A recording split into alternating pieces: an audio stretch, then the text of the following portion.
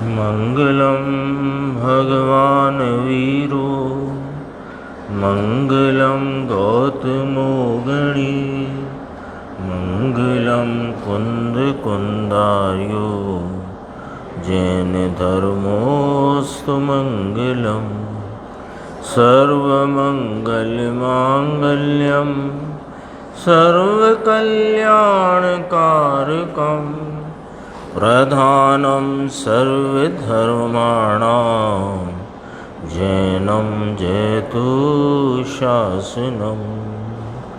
मैं नमो तीर्थनायक को, नमो ओंकारवाणी को, नमो उन कुंद प्रभु को जिन्होंने ओंकार धारण की। अहो उपकार जिनवर का, कुंद का दिव्य वाणी का, जिन कुंद ध्वनि दाता उन कहान स्वामी का। रमियूण जिणम वीरम अनंत वर्णान दंसन सहावम भोक्षामिनियम सारम केवली शुद्ध केवली भणिदम।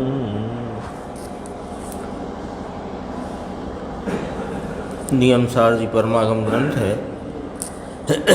इसके परम भक्ति अधिकार की 136 नंबर की गाथा, इसकी स्वाध्याय अपन ने कल प्रारंभ की थी और अपन अभी जो सीडी सुन रहे थे उसमें बहुत ही संक्षिप्त में एक बात यानी कहना चाहिए कि जो अनादि से संसार क्लेश को भोगते हुए जो हमारा परिभ्रमण चला आया है उसका सीधा सच्चा कारण क्या है, वो इन दो गाथाओं 268-269 इसमें बहुत अच्छे से आचार्य परमात्मा ने बताया और गुरुदेव ने उसका स्पष्टीकरण बहुत सरस किया कि ये जीव अपने चैतन्य भगवान ज्ञाता दृष्टा को भूलकर यानी एकत्व करना चाहिए इसे अपने चैतन्य स्वरूप से, तो उस चैतन्य स्वरूप को जानता नहीं और उसको अपने रूप स्वीकार करता नहीं, मानता नहीं।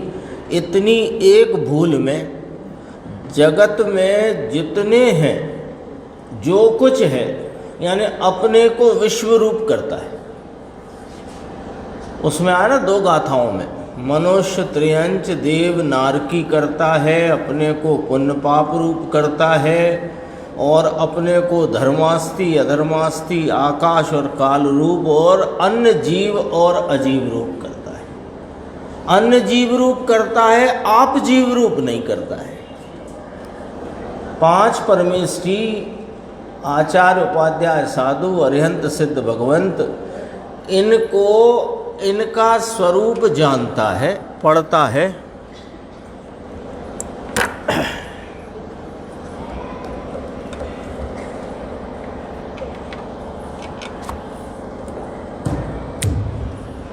इनका स्वरूप जानता है, पढ़ता है, विकल्प करता है और उस विकल्प से एकाकार होता है, तो अन्य जीव रूप अपने को करता है। ऐसा इसका हिसाब किताब है। ने क्या कहना चाहते हैं, अपने को लगता है कि आचार्य परमात्मा ने तो लिस्ट उठाई 4 गति की और 6 द्रव्यों की और कह दिया कि ये जीव अनादि से इनमें एकत्व करता हुआ अपने को इन रूप करता है। सीधा कह दिया। कैसे कह दिया कि 4 गति हैं, 6 द्रव्य हैं, इन रूप करता है, पुण्य पाप के विभाव रूप, राग रूप विकारी परिणाम है। तो कहा विश्व हो गया, ये सारा विश्व हो गया कि नहीं हो गया कि जीव हाँ, एक अपने को छोड़कर किसी अन्य में मैं करता हूँ, उसमें ही एकत्व है। कई बार आती है चर्चा कि ये अपने को राग रूप करता है, कि मैं राग हूँ, तो ऐसा हमने कोई जीव नहीं देखा जो ये बोलता हो मैं राग हूँ।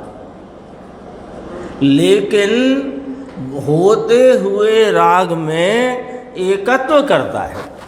एकत्व क्यों करता है? कि अपने में एकत्व नहीं करता है। ये अपन जाते हैं ना डॉक्टर के पास कि भाई हमें बीमारी है, तकलीफ है, रात को नींद नहीं आती, दिन में पेट दुखता है, सिर दुखता है, फला फला फला। तो डॉक्टर क्या करे कि वो कारण जिन सब तकलीफ़ों की तुमने चर्चा की है उनका कारण क्या है वह खोजे सो डॉक्टर, और ऐसे ही दवाई पकड़ाए तो वो तो नीम हकीम। कारण तो खोजना चाहिए ना, और कारण खोज के उस कारण को दूर करे तो वह कुशल चिकित्सक है।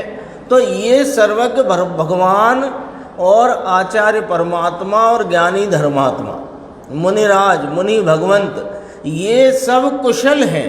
क्यों कुशल हैं? कि इन्होंने अपने दुख को भी दूर किया है और हमारे दुख का कारण क्या है ये स्पष्ट रीति से बताते हैं। धर्मास्तिकाय को कौन कहता है मैं धर्मास्तिकाय हूँ? कभी राकेश भाई हमने धर्मास्तिकाय से एकत्व किया? हम तो जानते भी नहीं धर्मास्तिक क्या है। अरे जानते का मतलब ये है कि धर्मास्तिकाय जगत का एक द्रव्य है, उसके संबंध में जानते हुए जो विकल्प उत्पन्न हुआ है उससे जो तुमने एकत्व किया तो यह तुम्हारा मिथ्या अध्यवसाय है, ये संसार परिभ्रमण का कारण है। अन्य जीव रूप अपने को करता है, आप जीव रूप अपने को नहीं करता। अपने चैतन्य स्वभाव को ये तो बोले कि केवली परमात्मा एक समय के केवल ज्ञान में तीन लोक तीन काल के द्रव्य गुण उनकी समस्त पर्यायों को युगपद प्रत्यक्ष जानते हैं। वाह केवल ज्ञान, ऐसे केवल ज्ञान संबंधी विकल्प से एकत्व करता है, ये संसार परिभ्रमण का कारण है। बोलो तो ना जाने केवल ज्ञान का स्वरूप। अरे केवल ज्ञान का स्वरूप जानकर अपना स्वरूप जानो तो तुम केवल ज्ञान का भी स्वरूप जानने वाले हुए और अपना स्वरूप भी जानने वाले हुए। और अपना स्वरूप जानो नहीं और केवल ज्ञान के स्वरूप को जानते समय उत्पन्न विकल्प से एकत्व करते हो, उस विकल्प को लाभकारी मानते हो, उस विकल्प को हितरूप जानते हो, तो यह तुम्हारा मिथ्या अध्यवसाय है, पर में एकत्व बुद्धि है, जिसके कारण यह संसार परिभ्रमण चल रहा है। ये समय सार का तो एक एक अधिकार और एक एक गाथा कोई हो, एकदम समझो सीधी चैतन्य भगवान से मिलाने वाली है, सीधी चैतन्य परमात्मा से मुलाकात कराने वाली गाथाएं हैं। एक एक गाथा, एक एक कलश। देखो अभी अपना इधर अपन आते हैं, 234 पेज है, गाथा 136 है। इसकी अपन ने कल टीका पढ़ी थी, तो टीका को थोड़ा सा पढ़ के फिर अपन गुरुदेव का व्याख्यान देखते हैं। देखो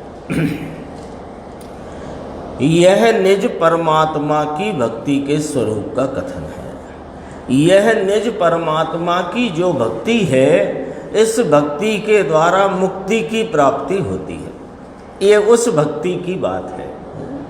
तो कैसी भक्ति है यह और किसकी भक्ति है ये यहाँ टीका में मुनिराज पद्म ब्रह्मधारी देव फरमाते हैं, निरंजन निज परमात्मा का आनंद अमृत पीने में अभिमुख जीव। तो पहले तो विषय बताया, निरंजन निज परमात्मा, यह जो मैं चैतन्य वस्तु निरंजन हूँ, कोई प्रकार का अंजन अथवा कोई मलिनता, राग देश की असुचिता वह मुझ में नहीं, ऐसा यह मैं निज परमात्म तत्व। ये आया मुकेश भाई विषय। कौन सा विषय है जिसकी भक्ति करना है? तो ये विषय कौन है कि वे सिद्ध भगवंत की भक्ति तो परोक्ष भक्ति कही, वह शुभ भाव का कारण कही, पुण्य बंध का कारण कही, और यह जो है निरंजन निज परमात्मा की भक्ति ये साक्षात मुक्ति को देने वाली है। तो निरंजन निज परमात्मा ये विषय है, और ये विषय कैसा है कि आनंद अमृत स्वरूप है। तो जो परिणति उपयोग की इसकी अभिमुखता में, इसकी सन्मुखता में इसको विषय बना करके जो उपयोग अपने निरंजन निज परमात्मा के आनंद अमृत पीने में लगा हुआ है, वह भक्ति मुक्ति का कारण है। वह है कैसी, वह भक्ति कैसी है? पहले बताया किसकी है, और जिसकी है वह कैसा है कि आनंद स्वरूप है। फिर वह भक्ति कैसी है कि भेद कल्पना निरपेक्ष निरुपचार रत्नत्रयात्मक। कैसी है? भेद कल्पना निरपेक्ष है। ये आत्मा की भक्ति में मैं आत्मा चैतन्य पदार्थ, अनंत गुणों का स्वामी, ज्ञान दर्शन सुख चारित्र वीर्य स्वच्छता प्रभुता विभुता आदि अनंत गुण और उन गुणों का मालिक मैं, ऐसे गुण गुणी के भेद की कल्पना से निरपेक्ष है। एक अभेद चैतन्य अनंत स्वभाववान अभेद अखंड वस्तु निरंजन निज परमात्मा, उसको अभेद रीति से विषय करती हुई भेद कल्पना निरपेक्ष है। दूसरी बात, निरुपचार रत्नत्रयात्मक है।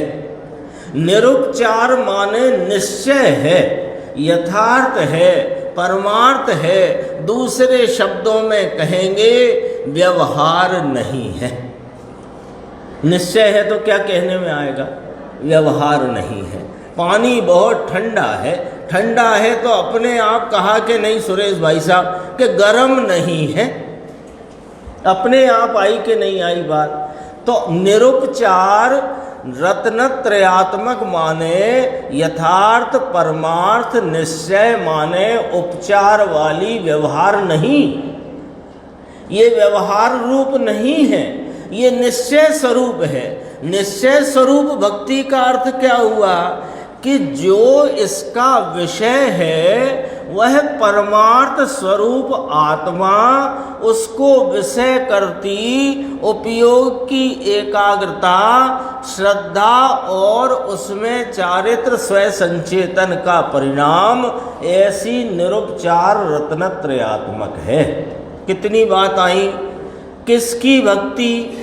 जिसकी भक्ति वह कैसा है? वह भक्ति कैसी है कि भेद कल्पना निरपेक्ष है, निरुपचार रत्नत्रयात्मक है।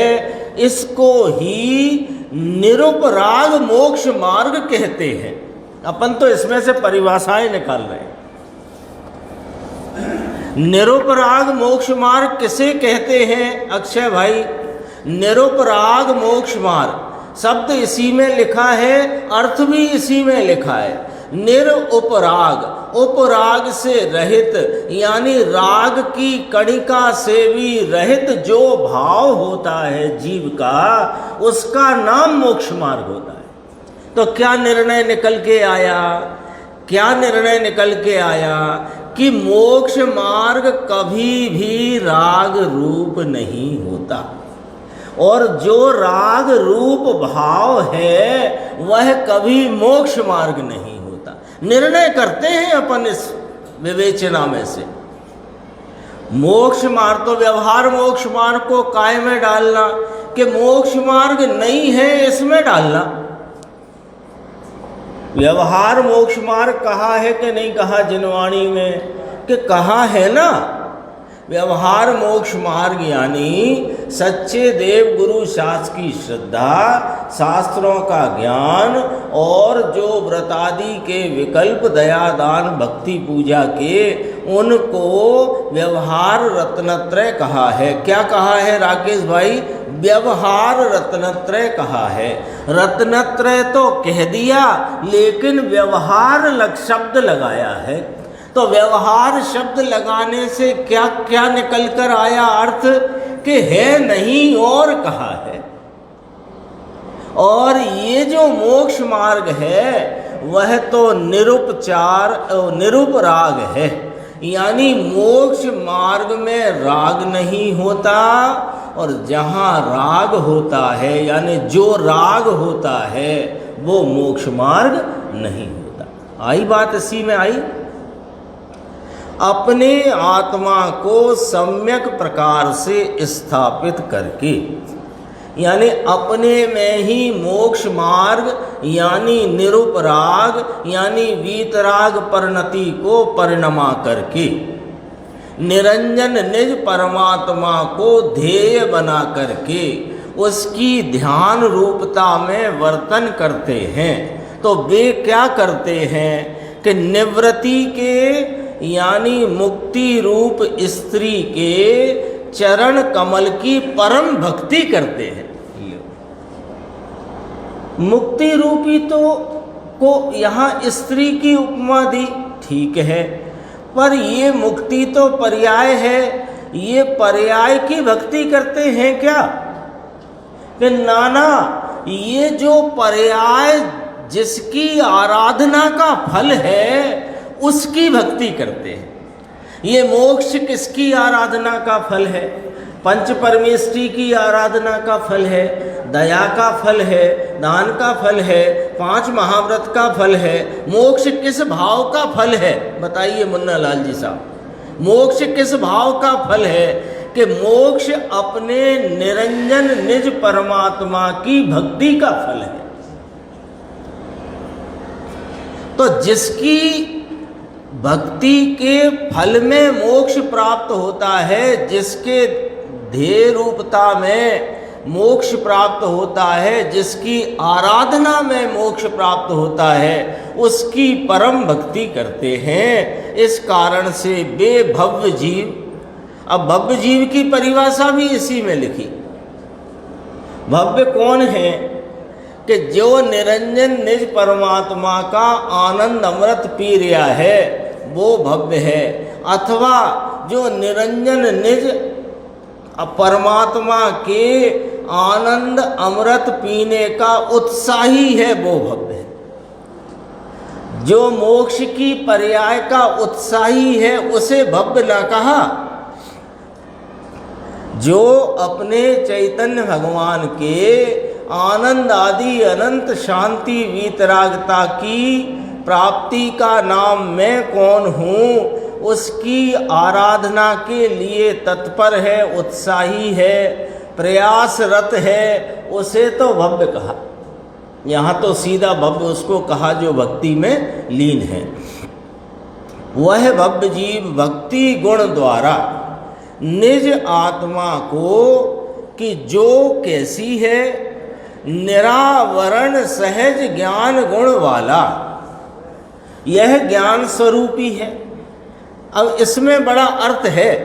ये निरावरण सहज, कल अपन ने पढ़ा तो था, समय पूरा हो रहा था तो जल्दी में हुआ था।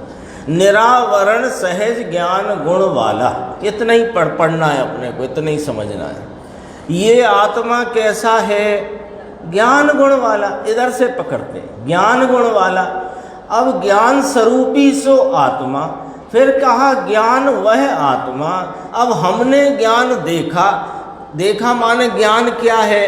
कि जो ये सबको जानता, शास्त्रों के स्वरूप के शब्दों को जानता, उपदेश को जानता, जो हमारा परिणाम है वो ज्ञान है। कि रुको रुको रुको, वो तो क्षयोपशम रूप भाव है, वो आवृत भाव है, वह तुम्हारा स्वरूप नहीं, वह तुम्हारे स्वरूप का अंश है, लेकिन उसमें वह पूर्णता का भाव नहीं होने से वो ध्येयभूत नहीं, श्रद्धेयभूत नहीं, आलम्बनभूत नहीं।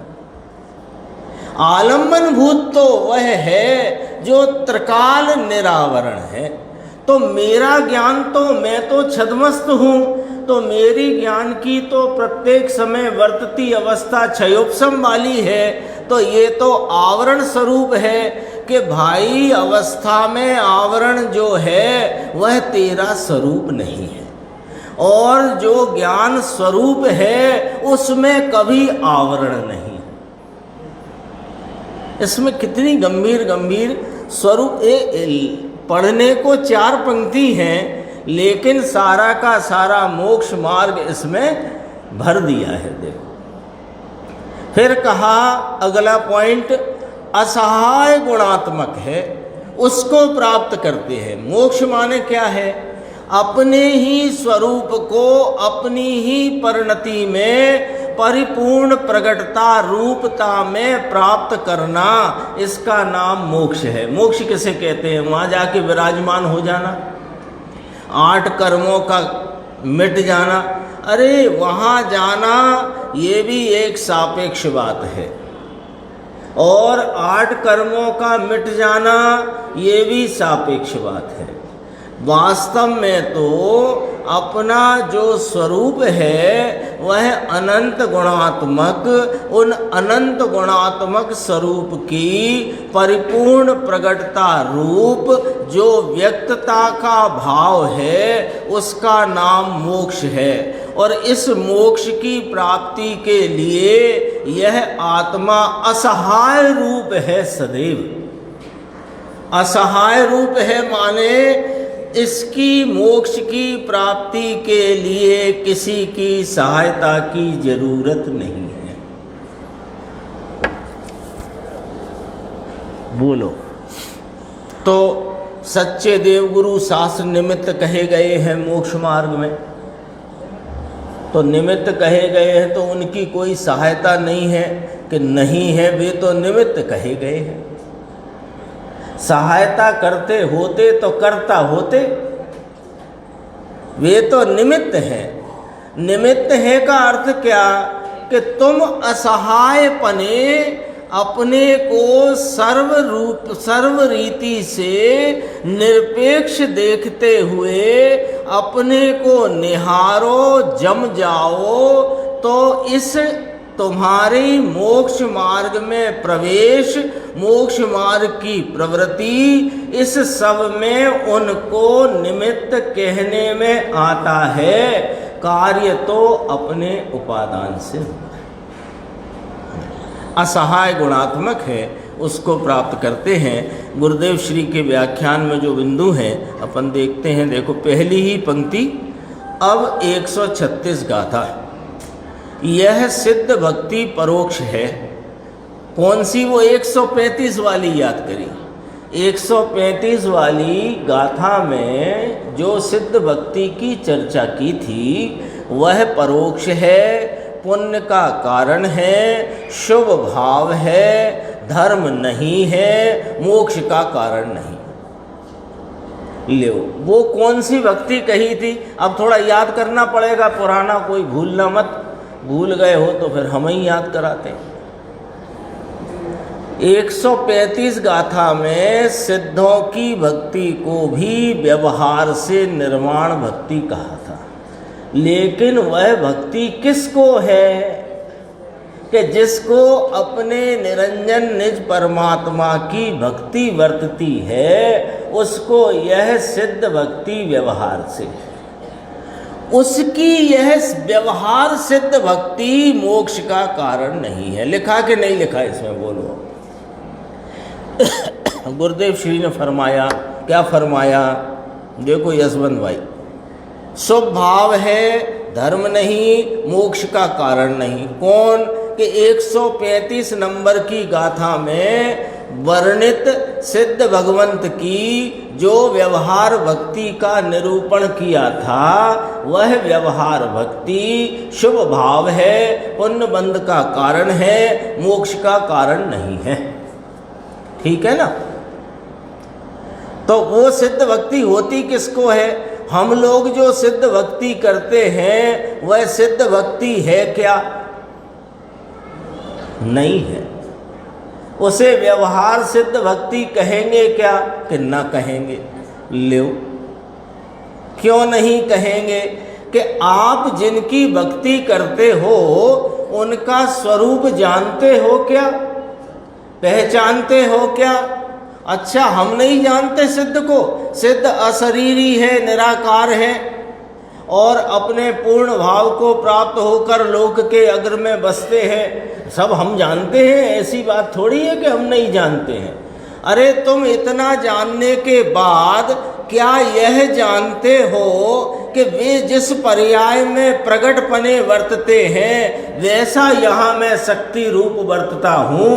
इसका यदि तुम्हें खातरी विश्वास प्रतीति हो तो तुम सिद्ध को जानते हो और तब ही सिद्ध की व्यवहार भक्ति। उसका भी फल पुण्य बंध है, धर्म नहीं, मोक्ष का कारण नहीं। आगे देखो हरि गीत के नीचे, यह निज परमात्मा की भक्ति के स्वरूप का कथन है। पहले जो बात थी 135 में, ये सिद्ध भगवान की स्तुति का था और यह निज स्वरूप की भक्ति की बात है। आत्मा में क्या भरा है कि आत्मा कितने गुण संपन्न है, इसको महात्म महिमा अनंत काल में आई नहीं। लो, बोलो साहब क्या लिखा है, क्या फरमाया गुरुदेव ने कि यह आत्मा किन गुणों का पुंज पिंड है और इसमें कितनी गुण संपदा है, इसकी संपत्ति संपदा क्या है, यह इसकी महात्म नाम महिमा अनंत काल में इस जीव को कभी नहीं आई। यह घोषणा गुरुदेव ने किस आधार पर कर दी? गुरुदेव को कैसे मालूम? चलो अपनी तो अभी एक 40-42 साल बाद की बात है। गुरुदेव की सभा में 500, 600, 800 जो भी वहाँ मौजूद थे उनसे कहा कि ये इसको महात्म महिमा कभी नहीं आई। कब से? अनंत काल बीत गया अनादि से। ये बात आप किस आधार से कह सकते हो? हम पूछें गुरुदेव से, हमको महिमा नहीं आई ऐसा आप कैसे कहते हो? जब से आपने हमें ये समय सार आदि ग्रंथों की स्वाध्याय प्रारंभ कराई है, हमको तो एक गायक की ही महिमा रहती है। एक गायक ही दिखता है हमको तो हर समय मैं गायक हूँ, मैं गायक हूँ, मैं ज्ञान स्वरूपी, मैं ज्ञान स्वरूपी। आप क्या कैसे कहते हो कि महात्मा नहीं आया, महिमा नहीं आई? तो गुरुदेव जवाब देते हैं कि यदि तुझे उसकी महिमा आई होती तो जिस जीव को इस आत्मा की महिमा आ जाए उसको नियम से आत्मा के आस्वादन रूप संचेतन और प्रतीति होती ही है। यानी उसकी परिणति में सम्यक दर्शन, सम्यक ज्ञान, सम्यक चारित्र, अभेद रत्नत्रय प्रकट होता ही है। तो लो अपने सामने एक पॉइंट ये आ गया कि यदि अभेद रत्नत्रय की प्राप्ति रूप मोक्ष मार्ग में प्रवेश करके परिपूर्णता की प्राप्ति करने का यदि हमारा एजेंडा हो, हमारा लक्ष्य हो, हमारा टारगेट हो, तो फिर पहले क्या करना कि इस चैतन्य परमात्मा की महिमा करना। निमित्तों की महिमा बहुत की, निमित्त के अवलंबन में वर्तने वाली कषाय की मंदता की बहुत महिमा की। तो जिसकी महिमा की वही मिला। निमित्तों की महिमा की तो अनेक प्रकार के निमित्त मिलते रहे संयोग में, और मंद कषाय की महिमा करी तो कषाय ही चलती रही। एक बार निकषाय स्वरूप इस चैतन्य परमात्मा की महिमा तो करो। महिमा करने में, जिज्ञासा में, धगस में, रुचि में यह पुरुषार्थ स्वयं जागृत होकर के अभेद रत्नत्रय स्वरूप मोक्ष मार्ग में निश्चित प्रवेश कराएगा, कराता ही है। इसलिए कहा गुरुदेव ने, देखो इसकी महिमा आई ही नहीं, दूसरे चीज की महिमा के आगे इसको अपने चैतन्य भगवान की महिमा सूझती नहीं। अपन तो विचार करते हैं, स्पष्टीकरण तो सब गुरुदेव श्री का है।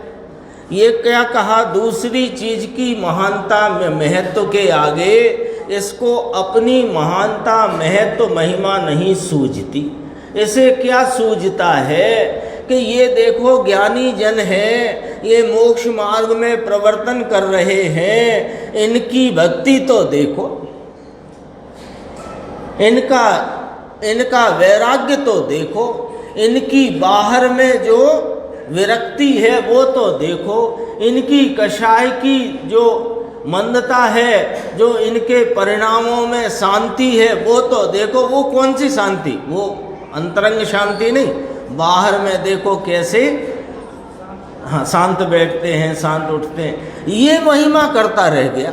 ज्ञानी करते हैं ऐसा, ज्ञानी करते हैं ऐसा, ज्ञानी करते हैं ऐसा। सो बेज्ञानी के तो जे आफत आन पड़ी है और तुम कह रहे हो ज्ञानी करते हैं। ज्ञानी को ये सब परिणाम दया के, दान के, भक्ति के, पूजा के, ये सब आफत है। आफत किसे कहते हैं, आ पड़े हैं। वे चाहते कहाँ हैं, वे तो एक इस निरंजन निज परमात्मा में ही रहना चाहते हैं। अभी पुरुषार्थ की कमजोरी है, इसलिए आ पड़ते हैं। हम उनके उन परिणामों की महिमा करते हैं, ज्ञानी की दृष्टि और उसके विषय की महिमा नहीं करते।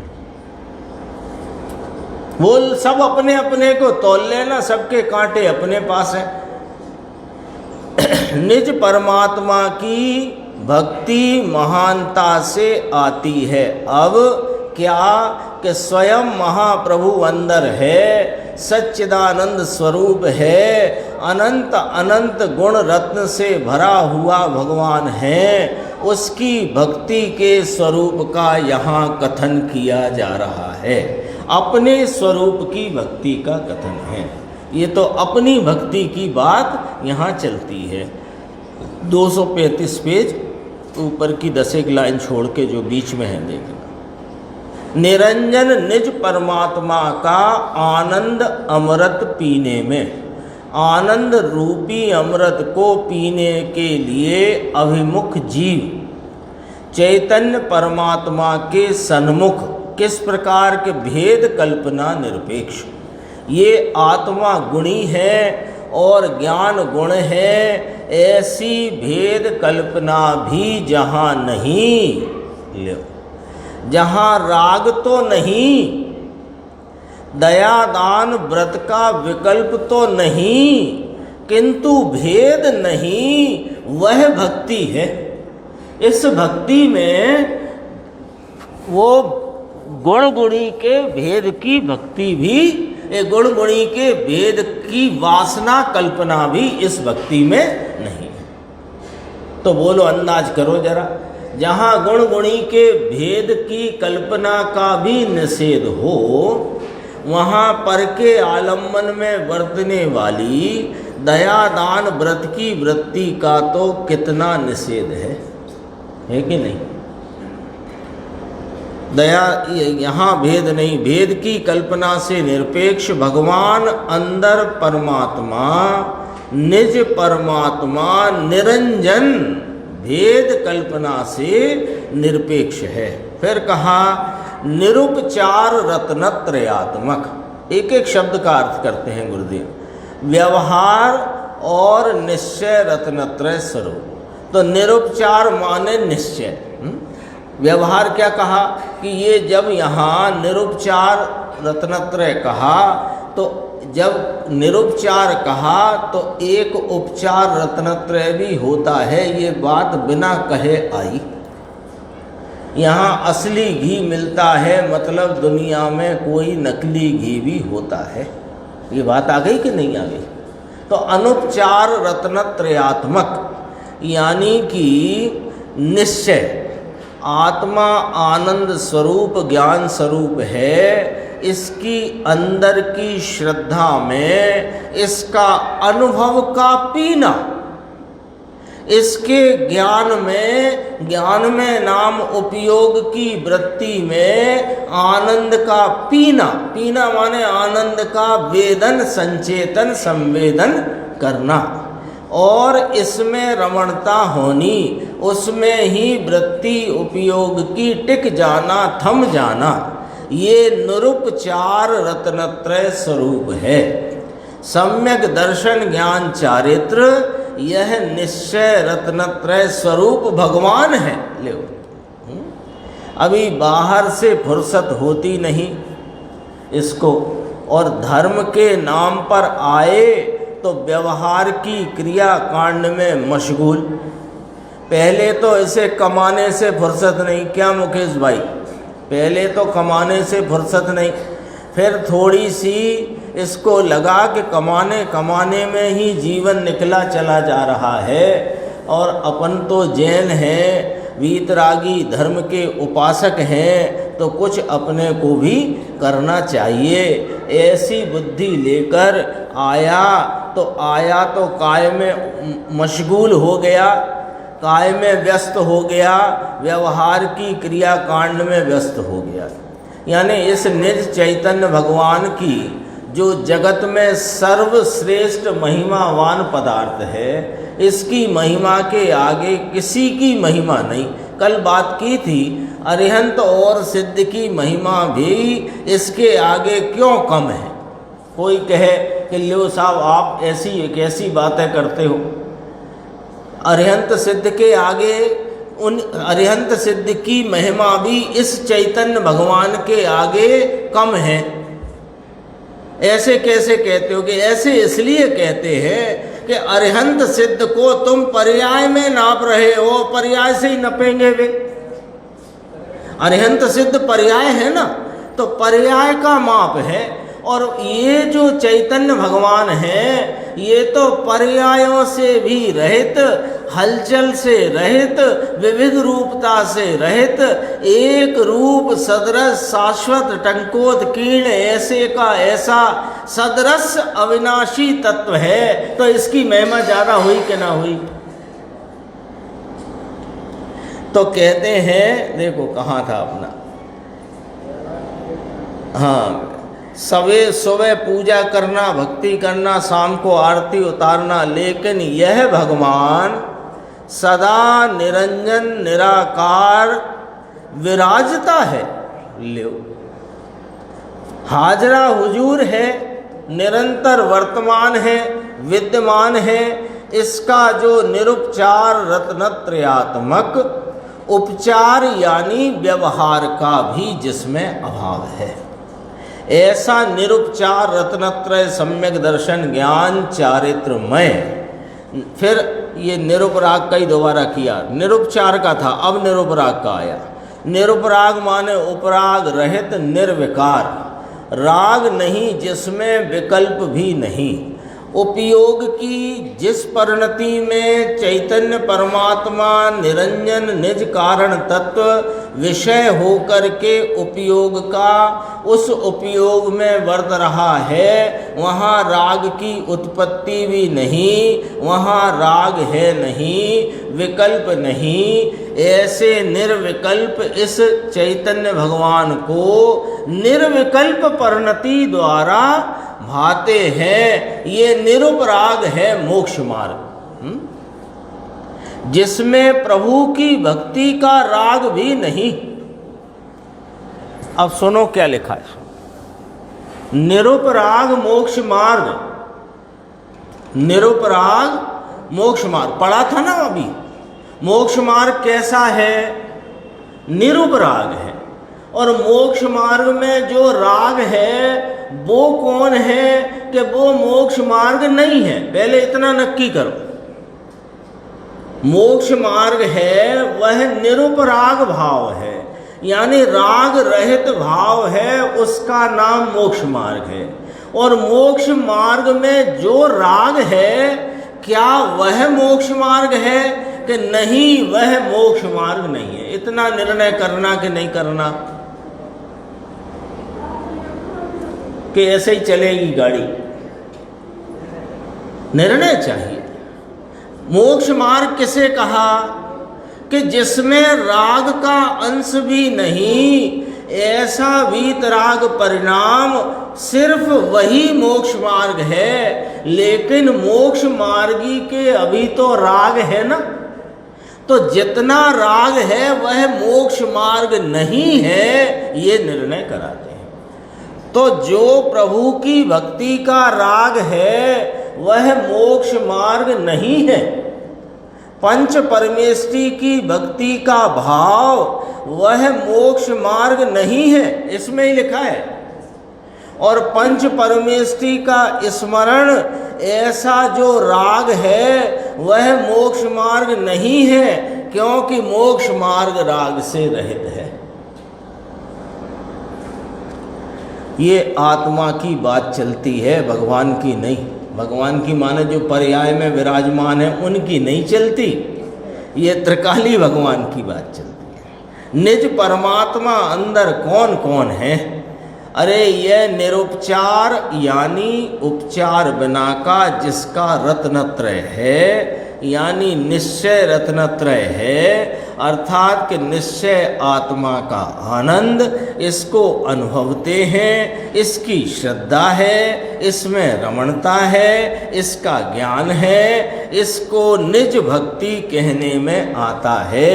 अब ऐसा कठिन पड़े, वह सिद्ध भगवान के करे ना, नमो वरिहंताणम नमो वरिहंताणम नमो सिद्धाणम, जाओ पंच परमेष्टि का स्मरण, अनुपूर्वी गिने हो गया धर्म, धूल में भी धर्म नहीं है। आगे देखना, देखो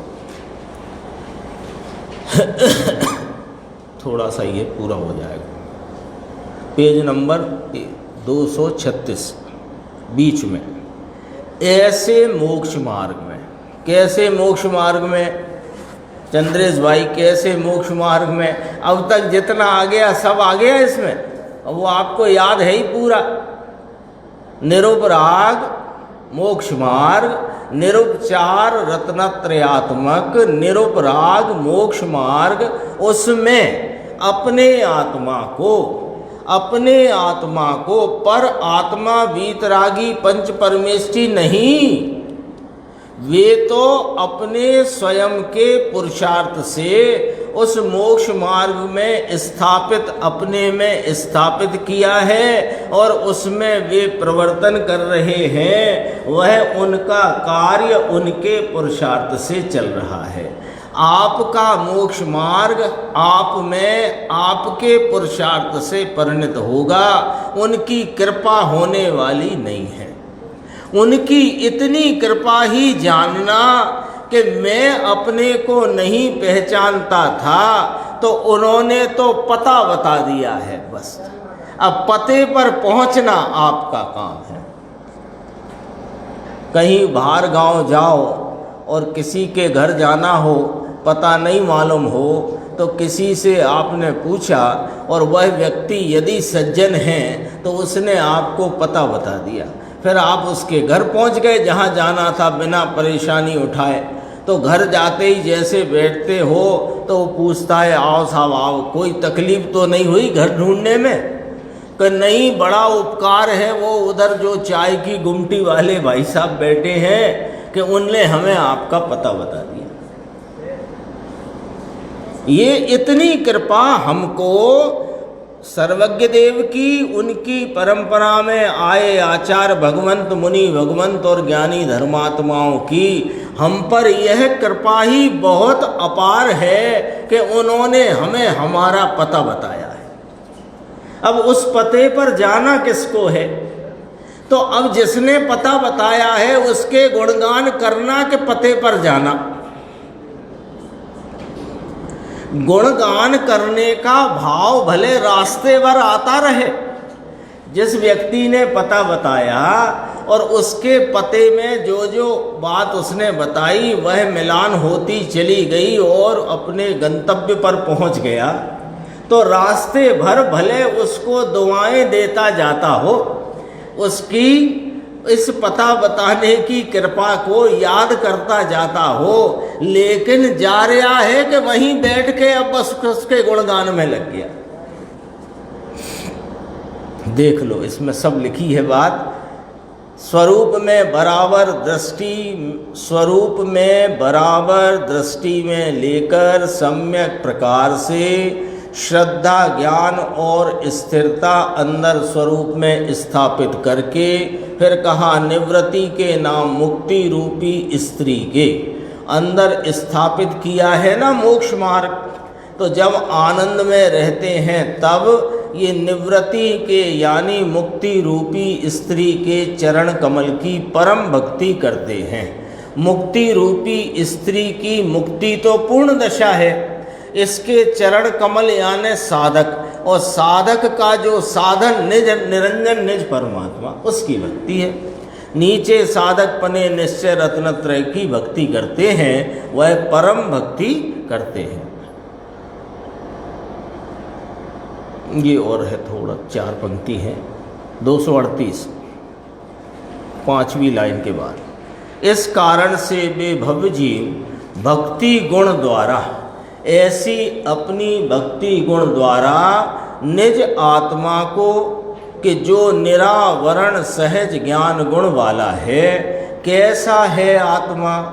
कि जो निरावरण है, त्रिकाल निरावरण है, एक समय की पर्याय में आवरण का संबंध है। छद्मस्त है ना, तो छद्मस्त है और ज्ञान की अभी प्रकट दशा क्षयोपशम रूप है, तो ये दशा क्षयोपशम रूप है। ये चैतन्य भगवान और इसका ज्ञान स्वभाव क्षयोपशम रूप नहीं होता, वह परिपूर्ण रूप से हाजरा हुजूर विद्यमान है। वह सकल त्रिकाल निरावरण है, सकल निरावरण है। देखो, वस्तु में आवरण फावरण है ही नहीं, निरावरण सहज ज्ञान गुण वाला। ज्ञान करना है, होता है, और करते हैं तो होता है, ऐसा नहीं। स्वाभाविक सहज गुण है ही, अनादि से सहज गुण स्वभाव से भरा हुआ ही है। ये ज्ञान गुण नया होता है कि उत्पन्न होता है, इसलिए जानने में आता है, ऐसा नहीं। स्वाभाविक त्रिकाल गुण भरा हुआ ही है। ये अपनी 136 गाथा पूर्ण होती है। इसके बाद का कलश अपन आगे की स्वाध्याय में लें।